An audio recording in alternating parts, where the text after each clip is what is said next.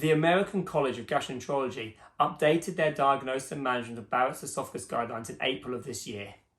The authors of these guidelines are the big hitters in the world of Barrett's esophagus from across the pond in the US. But were there any major changes from guidelines that have gone before and those that are published elsewhere around the world? Well, there are a couple of interesting additions to these guidelines that may have ramifications for all of us in the future. Firstly, these are the first guidelines that endorse the use of non-endoscopic screening methods for Barrett's esophagus. In particular, they talk about self-sampling devices such as the Cytosponge made by Medtronic and the ACG from Lucid. With this endorsement, there will be potentially a major change in the way we screen for Barrett's esophagus and esophageal cancer. Depending on costs, one could see lower risk younger patients being offered screening in primary care. There, of course, has been data published in this in The Lancet. The second new change to their guidelines is an alteration to the surveillance intervals for patients with Barrett's esophagus. Previously, the American College of Gastroenterology had suggested that all patients with Barrett's esophagus are surveyed every 3 years.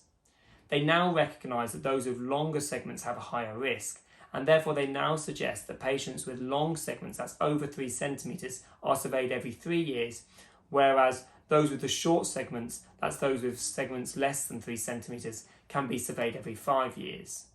The summary of their suggested surveillance intervals are shown in this table. Thirdly, these guidelines have also suggested changes to the surveillance intervals of patients who have undergone therapy for their Barrett's esophagus.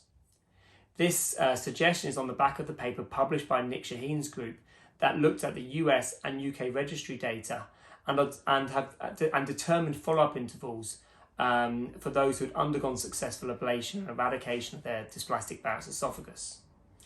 In this paper, with the outcomes shown here, the higher risk patients had more aggressive surveillance, and the lower risk patients, such as those with low-grade dysplasia, did not need such aggressive surveillance. This, of course, made a significant change to the number of endoscopies these patients had to go through, and also, of course, their long-term follow-up. Finally, these guidelines also address medical therapy in Barrett's esophagus, and in particular discuss the findings of the ASPECT study. As I'm sure many of you know, this study looked at a huge number of patients and their risk of progression towards esophageal cancer, looking particularly at those who are on low-dose PPI, high-dose PPI, and those on low and high-dose PPI with aspirin as well. This study demonstrated that patients on high-dose PPI and aspirin had a lower risk of progression towards esophageal cancer who had Barrett's esophagus. Now, these guidelines, however, following discussions in their working group, only recommend that patients with Barrett's esophagus are placed on high-dose PPI and do not recommend the addition of aspirin.